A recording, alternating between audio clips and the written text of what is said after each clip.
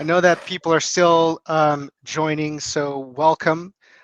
Is it too soon? Is it still okay to say Happy New Year? Well, I'll say it anyways. Happy 2024. And welcome to our new monthly webinar series we're calling PKI Insights. And this is 30 minutes of good information that relate to priority topics you've asked us or we've discussed that are critical to you, critical to making an impact in our PKI community. So um, today, Mark, I know this topic, we got quite a bit of emails and questions even at the end of 2023, but this one, a lot of our customers wanted us to talk about out in the new year. So we are focusing today on Microsoft's Intune Cloud PKI. And a little bit of housekeeping. I just wanted to let everyone know, just as a reminder, we are recording this. So if you need to hop off, don't worry, we'll send you the link after the webinar. And thank you to those who've submitted questions prior.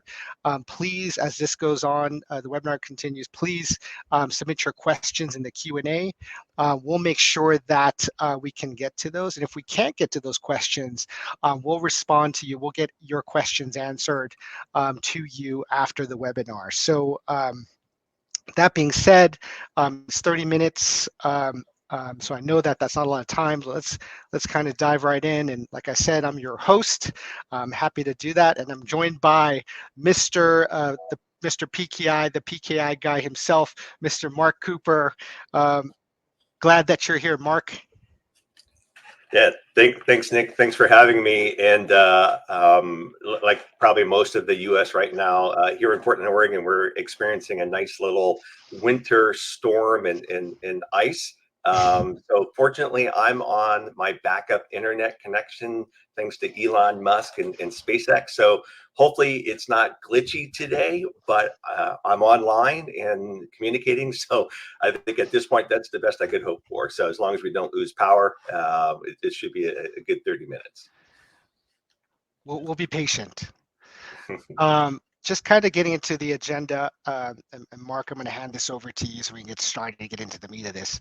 We're going to explore the use case for this, and you'll be able to walk away having a better understanding of, how this impacts your environment and the decisions and the thought process and the planning that's required for Microsoft Intune, Microsoft PKI Cloud. So that being said, I'm going to drop off, but Mark, let's get into it. Great, thanks, Nick. Now, I'd like to point out that not only this is the beginning of our new web series, but clearly this topic is of keen interest to a lot of people. I think our registrations are the highest that we've seen for a webinar. So clearly this is a topic that you and many others are interested in. So let's talk a little bit about what the use case is here. So when we talk about the Microsoft Intune Cloud PKI, a couple things I want to point out. Today, this is specific to one very unique use case scenario, and it's what we're calling the Intune use case. This is all about certificate issuance for Intune managed devices. These tend to be mobile devices, iOS, Android, but they can technically be anything else. And is specific to client authentication certificates. So most organizations are using these things for Wi-Fi authentication, VPN authentication, maybe mutual authentication to websites, but it's really about Intune getting certificates deployed to these devices. The other thing here is that in order for Intune to be able to issue certificates, it has to have a PKI that it communicates with. And that in the past has been primarily facilitated by having a Microsoft ADCS PKI deployed, and then having NDIS set up in the environment that is providing SCEP protocol. That Intune leverages, and we'll talk a little bit about what that architecture and design looks like. And as a result of this use case, NDIS has to be exposed to the internet. Interestingly enough, I a white paper many years ago for Microsoft around how to deploy NDIS in a secure way, exposing it to the internet for things like SCCM and Intune. Now, having something like NDIS providing certificate enrollment as a portal with environment is a security risk. It has to be done in a protected way. The complexity for the Intune use case is simply, hey, I have to set up NDIS. I have to put protections in front of it, whether it's firewalls, a proxy. Mark, So you were paused just right once when you talked about proxy. You glitched a little bit right when you talked about on the proxy side, what I was talking about was in order to have NDIS available to the internet is having some type of proxy, whether that's a application proxy, a reverse proxy, firewall. NDIS had to be exposed to the internet and had to be protected. So the effort to get Intune connected to your PKI was mostly around deploying NDIS and doing it in a secure way. There wasn't a whole lot more to it, but for many organizations, getting NDIS deployed and secured took some effort to do. Now, an interesting thing, when we take a look at how the Microsoft Intune Cloud PKI is set up and designed to do, it doesn't really change how Intune is getting certificates to the devices. And one of the unique things about Intune versus, say, other MDM solutions like AirWatch or Mobile Iron is the fact that the client device itself is doing the certificate enrollment and generating its keys. We've long advocated for the fact that Intune is unique in this way. AirWatch and Mobile Iron both create certificate requests and keys centrally on servers and then distribute it out to each of the devices. So not as secure of a way. Now, with the architecture of Intune, Intune actually instructs the device to go to a SCEP enrollment portal, typically NDIS, and make a certificate request. So this means that the key is generated locally on the device in a much more secure way than anything else. Now, when it comes to how the Cloud PKI for Intune is working, is we're really just talking about removing the dependency of having NDIS. What the Microsoft Intune Cloud PKI is doing is interjecting a signing authority that is acting as a cloud PKI, and it includes a SCEP enrollment portal. That's essentially all this is. It eliminates the need for you to stand up NDIS. You don't have to deploy the NDIS Intune policy module, and you don't have to set up the internet protections around NDIS. That is its primary objectives here. How can we set up a enrollment process for Intune to get certificates, get them to the devices, and set it up in a secure way? If you look at the architecture and the flow here, what they're doing with the Intune Cloud PKIs, they're putting themselves in the very center of this process. Is the Intune console will configure and run the Cloud PKI service, and it will also provide the SCEP service. So rather than SCEP going through your NDIS and back to your on-prem, that's going to work with that Cloud PKI service. From there, Intune still works exactly the same way with the client. During that device check-in, step one, the device is instructed to enroll for a certificate. And in this case, it's given a URL that goes to the SCEP service that was deployed as part of the Cloud PKI. This is the part that would traditionally go to your NDIS server in the past. SCEP, being integrated with Intune, is going to validate any of those enrollment requests to make sure the device is getting a valid certificate. That happens through the SCEP validation service. This is what used to be the Intune policy module that you deployed with NDIS. And from there, it then passes that validation to the Cloud PKI service for issuance or rejection, sends that back through the SCEP service, and goes back to the device. So the devices themselves and the way that the Intune enrollment is working is exactly the same as it was before. The distinction now is that there is a different CA that's signing those services and how the SCEP service protocol itself is provided. Now, let's go a little bit beyond just what the concept is, because at this point, everything that Microsoft has provided us around the cloud PKI service, I want to touch on a few things. One is this isn't even generally available yet. So the announced date is February of 2024. So sometime next month, this should be available. As a result, there's some things that we know about this service and capabilities and some things that we don't know. And I wanted to touch on a few of these areas. What we know so far is this is designed only for Intune. They make mention of something in the future that could be used for other things potentially, but we know right now is integrated inside of the Intune management console, which gives us a pretty good indication of what this thing is designed for. It also only issues client authentication certificates. So this is not doing SSL certificates. It's not doing email, SMIME. It's not even doing server-side authentication certificates. It's just designed for the client authentication enrollment scenario. The other intent is we know it's designed simply to reduce the complexity of setting up Intune enrollment by having some type of certificate issuance and NSGEP protocol. They're simply trying to solve part of that Intune suite.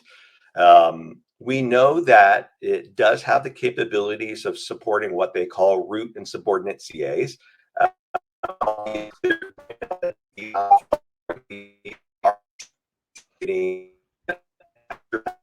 This, and they're much more akin to certificate manufacturing or certificate signing. They're not really what we would call a certificate authority. Information also indicates that there are some limited abilities around bring your own CA. Still details to be provided on what that means. My suspicion is that this means that you can likely set up a subordinate CA underneath your own root CA. We don't necessarily know yet, does this mean or should you even consider moving things like existing CA keys into the cloud, very specific purposes. The other things that we know is it's only supporting RSA keys. And the other thing I'll connect to with that is when you set up these CAs, they are specifically connecting the hashing algorithms with the RSA keys, meaning it's RSA 4096 and SHA-512, RSA 2048 and SHA-384. You cannot choose independent levels. Now, on the unknown sides, there's many unknowns, and I try to kind of limit it at the top items. At this point, from what we've seen, there's nothing that allows us to define things that we would typically expect with a CA or a PKI. Things like issuance policies and protections for the CA. We have no visibility on how these CA keys are being protected. We don't have a CA artifact from a setup to actually see what kind of constraints are in place, such as are there path length constraints, are there key usage constraints? What exactly are they putting into place?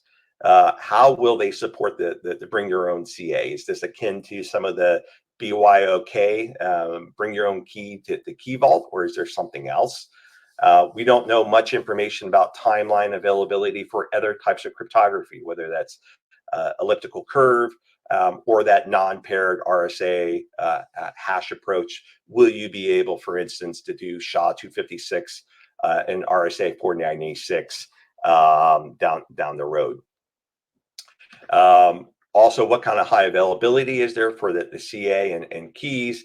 And then how will CAs be renewed? We know that down the road, there's a big impact to organizations as far as what happens to Intune and mobile devices when renewals happen. So we don't know how that's going to be handled. And I do see a suggestion. I am going to drop off the camera and save my limited Starlink bandwidth here, and we'll proceed.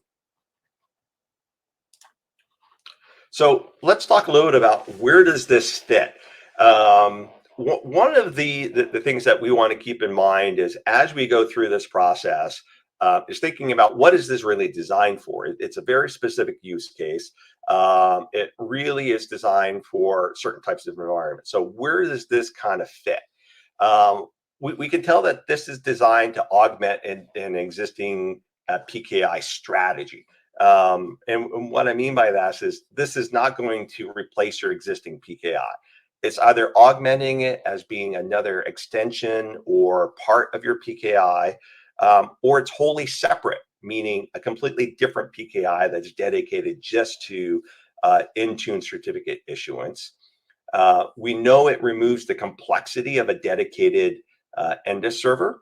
It is specific to issuance of client authentication, typically for mobile devices. And frankly, it's not all that much different than if we allowed Mobile Iron and AirWatch to create certificates themselves. All that is really happening. So what I was kind of talking about is the concept of if we allowed Mobile Iron and AirWatch to create their own certificates for client devices, it's no different than this scenario where we're allowing Intune to issue those certificates. We're taking it out of a PKI that we're monitoring and we're controlling, and we're putting into something that has certificate issuance capabilities.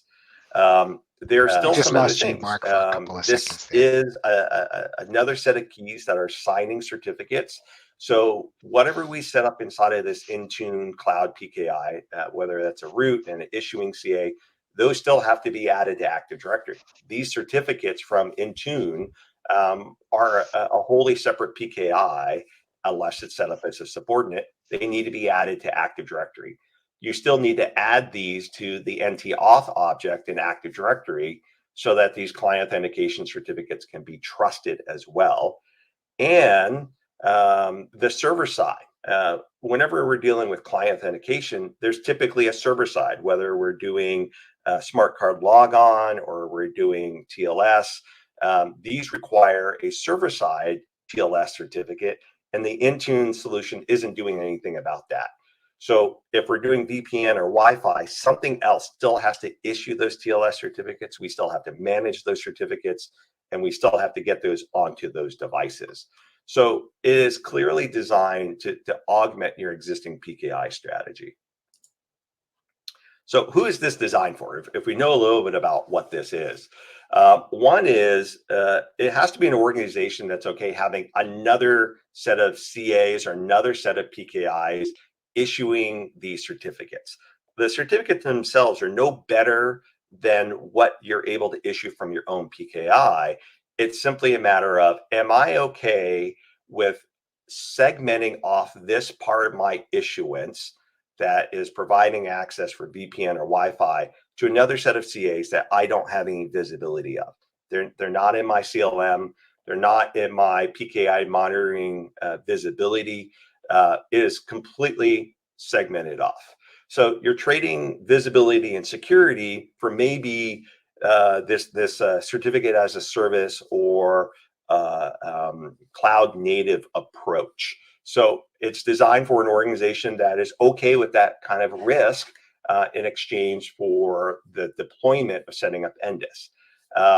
Frankly, once Endus is set up and it's done securely, it's not a lot of ongoing effort. It's just that some organizations have struggled with that. So if that is a challenge in getting that deployed or doing it in a secure way, having this certificate issuance for Intune come from somewhere other than your own Endus may be a better approach for some organizations.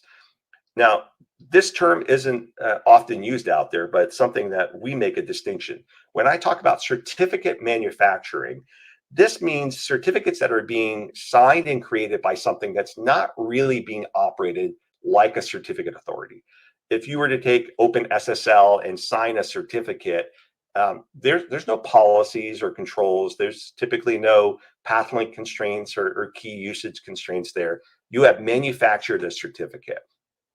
Many of these application specific solutions that we see from Citrix and VMware and now with the Intune Cloud PKI, They may call themselves a subordinate CA. They may be working with these things, but they're really more akin to manufacturing of certificates. I'm going to do it without policies. I'm going to do it without security. I'm going to do it without process. I'm simply using something to make certificates and issue them out for a very specific use case scenario. So these things can be a detriment to some organizations. So what are some of the risks that you should be aware of? If you're looking at the Intune Cloud PKI, one, they're going to be outside of your visibility, whether it's our PKI Spotlight product and monitoring a PKI, or if you're working with a CLM product or even a security review, all of this issuance and CA keys are going to be outside of that. When you set up a route for this cloud PKI, it's not offline. You're creating it in the cloud. Whether it's connected or someone can directly communicate with it is a separate thing, but it's not offline. We don't know how those CA keys are being protected. We're pretty certain that there's going to be issues around constraints and issuance policies. You certainly can't define them when you set up these CAs. And we don't have any artifacts out of these yet to really see what protections have been put into place. There's still risks around managing the server-side TLS certificates, the visibility, and actually getting those onto devices. We still have to have trust lists and things like Active Directory updated with these devices. So when a CA in the cloud PKI gets updated or renewed, there's risks associated with making sure that gets updated into Active Directory. We also don't necessarily know or have seen any kind of validations as far as how strongly implemented is the SCEP protocol and the portal that Intune is using. When it's NDIS, we've got 20 plus years of history of how to protect it and what the risks are. We don't necessarily know if there's vulnerabilities that have been introduced with this approach. Papers like SpecterOps have done a good job of pointing out with certified pre-owned what some of those vulnerabilities from enrollment would be. We're bringing a whole new enrollment mechanism and location into play. And the integrated reporting for certificates are going to happen outside of any kind of CLM. So there's a whole other set of tools that are coming into play with this. So for the summary, we know that when this product launches, that there's going to be a need for deeper consideration of security risks. We know that organizations are going to have to figure out if this augments or helps improve their Intune approach. If you have an existing NDIS environment and it's done securely, and you're able to monitor it, there's probably not much value in moving to this other approach. You're not wholesale getting rid of your PKI. But for new organizations in the future that want to start doing certificate issuance and may have challenges deploying NDIS, this might be something to look at. We also need to figure out how are you going to holistically monitor and manage yet one more service that's doing certificate issuance, and then figure out how are these certificates going to be trusted in your organization. If you want to allow these Intune issued certificates to be valid only for, say, Wi-Fi, we don't necessarily have the ability to put issuance policies in place where we can restrict it in other areas. So hopefully this is a high level item. Nick, I think we've been getting some questions, and I know we got some items ahead of time too. Yeah. I wanted to see if it looks like if you go to our published section, Mark, we've got some questions that have been queued up here for you. If you want to touch on a couple of those, I know we're at the it looks like almost the 5-minute mark. Yep. So if you want to address some of those questions. Again, thank you everyone for submitting all your questions. Please get them in. We will respond to them all post webinar and get those over to you. Okay, absolutely. So one of the questions here I see is any reason to use Intune Cloud PKI solution if you already have an on-premise PKI? Yes, I think this is a valid question that if you already have an on-prem PKI, if your certificate issuance needs are already being met for Intune through NDIS or maybe the PKCS connector, there may not be value in actually standing this up. I frankly think that this is probably going to be geared for organizations that have limited to no infrastructure, that don't have the capabilities to securely do NDIS, and are okay with the trade-offs of having that certificate issuance coming from somewhere else.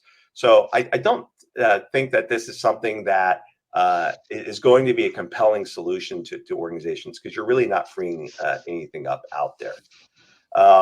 I like this other question here around how is this going to kind of integrate with the certificate-based authentication changes.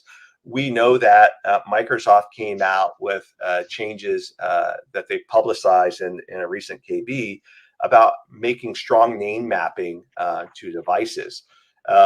That's a great question. I wish I had thought to put that in my unknown. We haven't seen the artifacts out to know how well these NDIS issued certificates are happening, because we know these certificates that come from offline certificate request templates may or may not have that strong name mapping.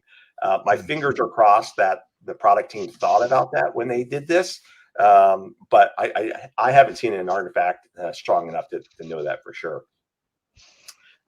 Nick, what else is jumping out at you? I'm going to look through here, but anything that you saw that we should touch on? Yeah, there are some comments about any of the automation capabilities. If you're aware about that. I think the automation capabilities I've seen have really been kind of certificate lifecycle management like capabilities. The ability to have certificates revoked as they're integrated with a device. The satellites are moving fast above. And then there are a couple of, it looks like a couple of questions around smaller enterprises, and then the trade-off between legacy on-prem PKI versus this managed hosted solution. Yeah, and I think this kind of ties into a couple of things. I see one question around custom application policies. Mm-hmm. I've seen nothing so far that shows that we have any capabilities Oh, I around doing lost this you for a customization. second. So remember, this is all about certificate manufacturing. How can I get client authentication certificates as simple as possible, without controls, without templates, without ACLs, pushed out to Intune managed devices? So we're talking mass production, not necessarily doing things in the most secure way. So I think when it comes to custom approaches, custom needs, custom applications, you're not going to find it in the solution, nor is the solution going to be something that is a wholesale replacement for a well-designed, monitored, and secured PKI. This is a use case service designed for one very specific thing. And it could be something in the future, sure, but I think we're going to have those same struggles. We're going to have struggles with how do we have issuance policies and constraints, because these are all hallmarks of a well-managed PKI. And I just wanted to thank you, Mark, for. I know there's a lot of questions, and like I said, we'll get the recording out to you along with the questions we've documented here.